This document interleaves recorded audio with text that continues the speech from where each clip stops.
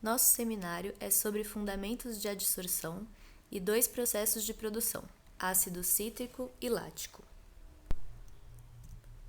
O que é adsorção? É a adesão de moléculas contidas em um fluido sobre uma superfície sólida. É um processo baseado nas forças moleculares presentes nas superfícies sólidas. Definindo os participantes. Na adsorção, ocorre o contato de uma fase fluida, que pode ser gás ou líquido, com uma fase sólida particulada, o adsorvente. Esse adsorvente tem a capacidade de reter seletivamente uma ou mais espécies contidas no fluido, o ou os adsorbatos. Os objetivos do processo são: recuperação do soluto, purificação da fase fluida e separação de componentes de uma mistura. Ele ocorre basicamente em 4 etapas. Na primeira, uma solução de alimentação é adicionada ao adsorvente. Na segunda etapa, ocorre a adsorção propriamente dita. Na terceira, a solução alimentada é retirada. E na quarta e última etapa, o soluto adsorvido é eluído, ou seja, remove-se a substância adsorvida por lavagem com um solvente. Na adsorção, o adsorvente pode interagir com o adsorbato de 2 maneiras distintas, através de interações de natureza física ou química. Nessa tabela, pode-se visualizar as principais diferenças entre a fissorção e a quimisorção. Devido à baixa energia de interação na fissorção, atinge-se rapidamente o equilíbrio, sendo por isso classificada como reversível. Por ser inespecífica, podem se formar camadas moleculares sobrepostas, sendo que a força de adsorção diminui com o aumento do número de camadas. Já a quimisorção caracteriza-se pela forte interação entre as moléculas. As entalpias são da mesma ordem de grandeza que uma reação química. São necessários longos períodos de tempo para atingir o equilíbrio. Ao contrário da fissorção, a quimisorção é geralmente irreversível e, por ser uma interação específica, ocorre em uma só camada. Na quimisorção, pode ocorrer transformação química do adsorbato, o que não ocorre na fissorção. Em relação à seletividade, podem ocorrer 3 casos. Um componente exibe interação mais forte com o adsorvente e, por isso, é seletivamente removido da mistura. Um componente não cabe nos poros e, por isso, é excluído da adsorção. E, por fim, um componente exibe maior difusividade e é seletivamente removido da mistura. A figura exemplifica esses 3 comportamentos. Vamos ver agora as diferenças entre adsorção e absorção. Ambas podem ser química ou física. Ambas permitem que o processo inverso seja feito, desorção no caso da adsorção. Ambas podem ser utilizadas para purificação de correntes. Entretanto, a absorção é um processo volumétrico em que as moléculas absorvidas fazem parte do bulk da substância absorvedora, enquanto que a adsorção é um processo superficial. Nessa tabela, a adsorção é comparada com a extração. Ambos os processos são utilizados para isolar solutos a partir de soluções diluídas. A adsorção tende a ter uma menor capacidade, mas uma seletividade maior do que a extração. A adsorção pode também ser mais suave. As proteínas podem ser adsorvidas sem a desnaturação frequente produzida pela extração orgânica. O projeto de um processo de adsorção é complicado pelo equilíbrio não linear e pelas fortes interações do soluto. Essas complicações significam que a adsorção necessitará mais experimentos de laboratório do que a extração. No momento, os processos de adsorção estão em ascendência, preferidos especialmente para isolamento de proteínas. Sobre os adsorventes. Devem possuir quantidade razoável de macroporos para os canais de passagem e um grande número de microporos que confere alta capacidade de adsorção. Outras necessidades são a seletividade, a alta capacidade, a estabilidade térmica e química, a baixa solubilidade no solvente, dureza e força mecânica e baixo custo. Alguns exemplos de adsorventes são carvão ativado, sílica gel, alumina ativada e zeólitas naturais ou sintéticas. falando um pouco sobre o carvão ativado. O carvão ativado é cerca de 100 vezes mais poroso que o carvão comum. É produzido a partir de carvão mineral, madeira, casca de coco, etc. O processo de produção consiste em pirólise, aquecimento de 600 a 900 graus, na ausência de ar, seguida de oxidação controlada para ativá-lo. No processo de formação, ocorre o rearranjo de átomos de carbono em estruturas com muitos interstícios, originando muitos poros de diversos tamanhos. Majoritariamente é composto por átomos de carbono, mas possui átomos de oxigênio, nitrogênio, enxofre e hidrogênio, que nas interações com os átomos de carbono dão as principais características de superfície do material e, portanto, das aplicações para o carvão ativado. Sua área típica é de 500 a 1.500 metros quadrados por grama, adsorve em média 0,3 gramas por grama de carvão e é usado na forma de pó, na batelada ou granular no leito fixo. Sobre a sílica gel. Ela é hidrofílica, muito usada para desidratação de gases, usada para adoçamento de gases na remoção de ácido sulfídrico, a dissorção de vapor de óleo e álcoois, forma porosa, granular e amorfa. Sobre a alumina ativada, também é hidrofílica e usada para a desidratação de gases. Sobre as zeólitas, são aluminosilicatos cristalinos, são tetraedros formados por átomos de alumínio, silício e oxigênio. Seus arranjos são espaciais, espaçamento de poros altamente estruturado, e os usos são adoçamento de gás natural, secagem de gases reativos, remoção de nitrogênio do ar, separação de dióxido de carbono do ar antes da destilação criogênica e separação de frutose de misturas de açúcares. A adsorção e dessorção são processos de equilíbrio. A massa de adsorbato adsorvido por massa de adsorvente é função da concentração da solução e da temperatura. Assim, a uma determinada temperatura, a massa adsorvida por massa de adsorvente é função apenas da concentração da solução com a qual se está em equilíbrio. Daí, então, utiliza-se as isotermas. Veremos os modelos de isotermas de Langmuir, Freundlich e Bethe. Para cada isoterma, a abscissa corresponde à concentração de soluto em solução e a ordenada corresponde à concentração de soluto sobre a superfície de adsorvente.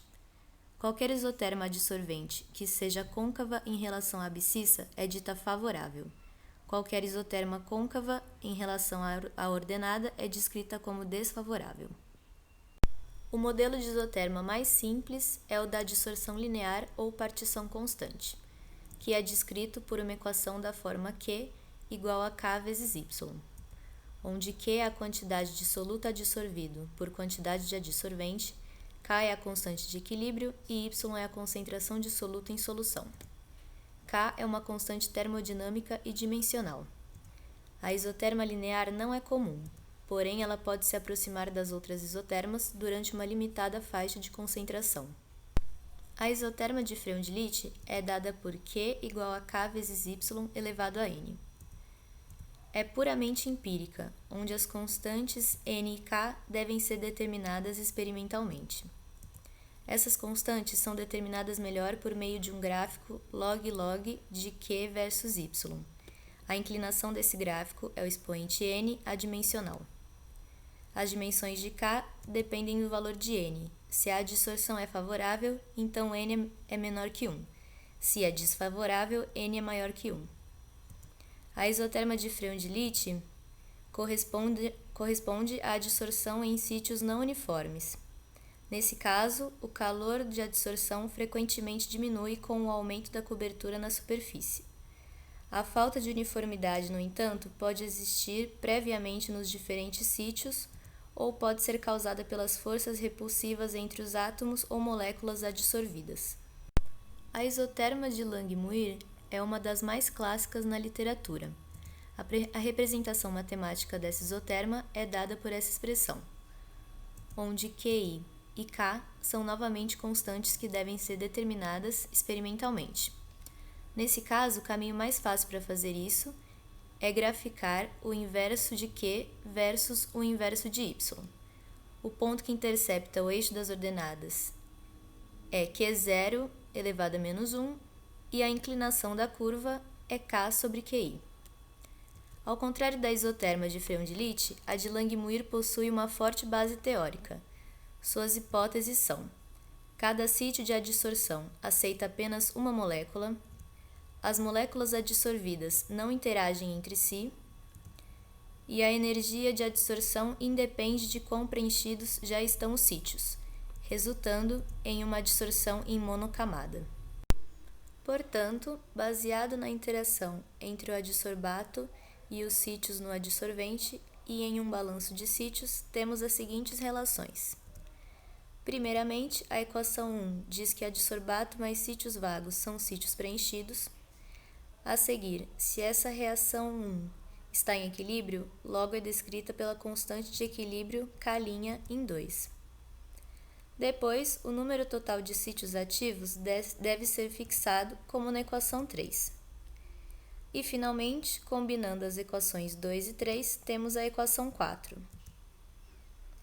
Assim, o número de sítios preenchidos é proporcional a Q, e a equação 4 é equivalente à expressão matemática da isoterma. Logo, o valor máximo de QI reflete o número limitado de sítios ativos do adsorvente, ou seja, reflete a capacidade máxima de adsorção sobre a superfície. E, por fim, a isoterma de Bethe é dada pela expressão, onde B é uma constante que expressa a energia de adsorção.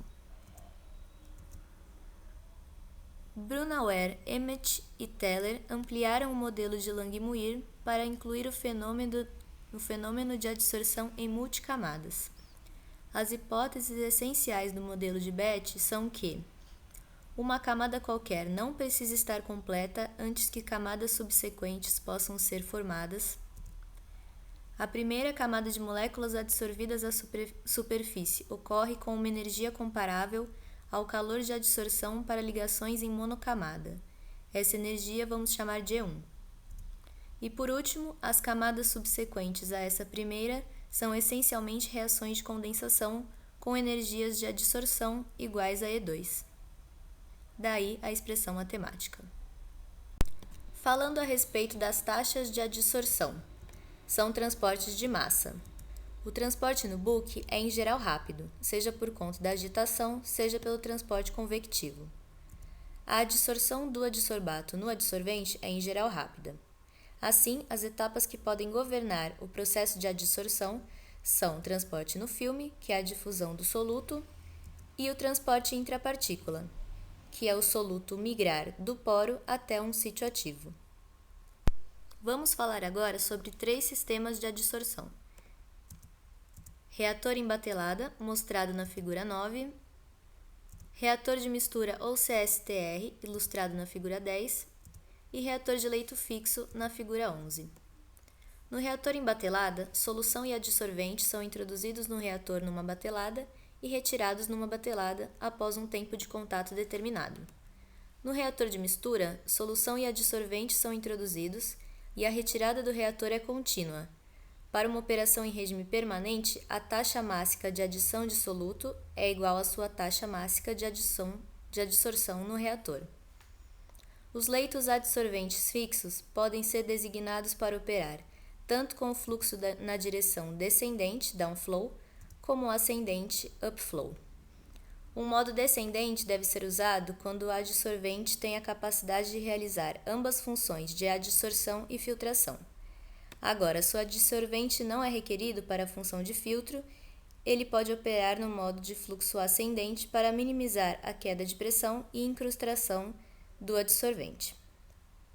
As operações em fluxo contínuo têm vantagens sobre as tipo batelada devido às taxas de adsorção serem dependentes da concentração de soluto em solução. Os sistemas adsorventes de leito fixo têm vantagens sobre de mistura pela mesma razão. Existem 2 modos básicos para a operação de um leito ou coluna adsorvente relacionado com a exaustão e regeneração da capacidade adsorvente: leitos fixos e leitos pulsados. Nos chamados fixos, o leito inteiro é removido da operação quando o adsorvente dessa necessita ser reativado. Já no leito pulsado, somente a maior parte do leito, que está exausta, é removida, enquanto um incremento de adsorvente novo é adicionado simultaneamente. A adsorção embatelada depende de duas limitações básicas, a de equilíbrio e a do balanço de massa. A limitação do equilíbrio é a própria isoterma. O balanço de massa é dado por onde YI e Y são as concentrações inicial e final em solução, Q e QI são as concentrações final e inicial sobre o adsorvente, VL é o volume da alimentação e A é a quantidade de adsorvente. Essa equação é reorganizada da seguinte maneira. A solução das equações de balanço e de equilíbrio pode ser encontrada graficamente ou numericamente.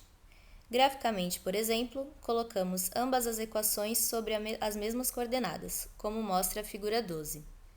A linha de equilíbrio mostrada tem uma curvatura característica de n menor que 1, isso é, a adsorção favorável. A linha de operação tem uma inclinação negativa e um ponto de intercepção da ordenada em Q. A interseção dessas duas linhas, YQ, representa a concentração da solução e a carga de adsorvente no equilíbrio. Vou falar agora sobre a adsorção em reator de mistura ou CSTR. Um processo como esse tende a ser mais usado em separações de grande escala do que os processos em batelada. A análise matemática do processo inicia com um balanço de massa sobre o soluto na fase líquida. Massa de soluto que entra menos massa de soluto que sai é igual a massa de soluto que acumula, sendo que essa massa pode se acumular nos interstícios e ou no sólido. A fração de vazios é dada por VI sobre V, sendo VI o volume intersticial e V o volume do reator. O volume de sólido é igual ao volume do reator menos o volume intersticial. Adicionando o termo de vazios, temos essa equação. Por fim, o acúmulo intersticial e o acúmulo no sólido. Substituindo as taxas de entrada, saída e de acúmulo de soluto, a equação do balanço fica assim.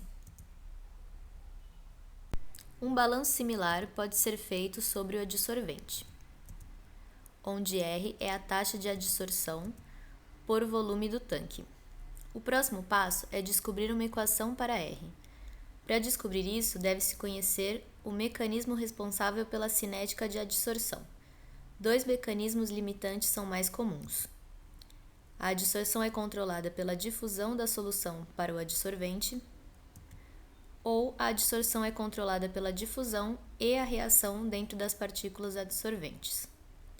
Para cada caso, temos uma expressão da taxa,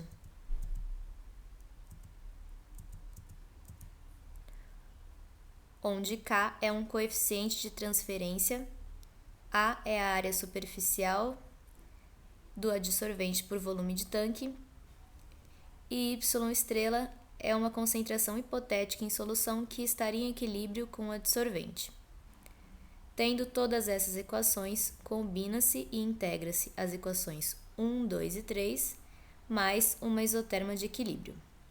Kzinho frequentemente será determinado empiricamente como uma função de Q ou Y.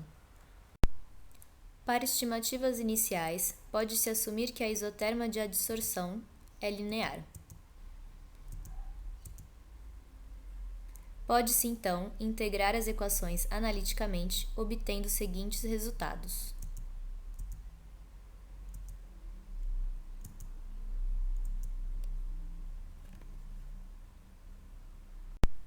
Por fim, vamos falar sobre a adsorção em reator de leito fixo. A adsorção em leitos fixos é a mais comum e o mais importante caso para esse método de isolamento dissoluto. Um leito fixo é simplesmente um pedaço de tubo posto verticalmente e preenchido com um fluido adsorvente, e a solução contendo o soluto de interesse flui através do tubo. A descrição do processo é simples, a operação é direta, mas a análise é complexa. Essa complexidade é parcialmente o resultado da sua adsorção ser descontínua e não linear, e isso é mais uma consequência da não homogeneidade dos leitos fixos de partículas. A figura 14 é um gráfico padrão de uma adsorção idealizada ou curva de saturação, breakthrough curve, para um adsorvente em condições descontínuas. O ponto inicial de saturação, breakpoint, que está sobre essa curva, é o ponto no qual o efluente do leito ou coluna começa a ter sua concentração aumentada bruscamente, ordenando a substituição ou regeneração do adsorvente. Como na adsorção em tanques agitados, a adsorção em leitos fixos é descrita por 4 equações básicas. A primeira é um balanço de massa sobre o soluto no líquido. Essa equação é análoga à equação 1 que vimos anteriormente. Da mesma forma que na anterior, o lado esquerdo representa o acúmulo na fase líquida, agora tomada num volume diferencial do leito. O primeiro termo do lado direito corresponde à quantidade de soluto que entrou menos a que saiu, e o último termo do lado direito representa a transferência de soluto da fase líquida para o adsorvente. O segundo termo do lado direito representa a dispersão no leito. O coeficiente de dispersão tem dimensões comprimento ao quadrado por tempo, como o coeficiente de difusão. Porém, o coeficiente de dispersão, na maioria dos leitos fixos, é muito maior que o coeficiente de difusão. Como resultado, a difusão foi omitida da equação 1. A segunda equação-chave, análoga à equação 2 anterior, é o balanço de massa sobre o sólido adsorvente. Como vimos anteriormente, a taxa de adsorção R depende do responsável pela adsorção. Esse mecanismo pode ser controlado pela transferência de massa da solução para a superfície do adsorvente, ou ainda pode ser controlado pela difusão e reação dentro das partículas adsorvedoras. Quando a difusão na solução controla a adsorção, a taxa R é dada por.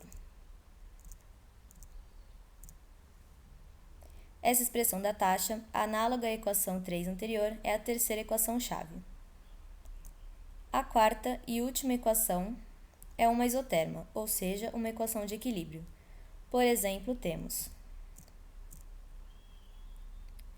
essa quarta equação fornece o equilíbrio entre as concentrações na solução e no adsorvente. Devido às equações básicas frequentemente não serem confiáveis, deve-se depender de experimentos.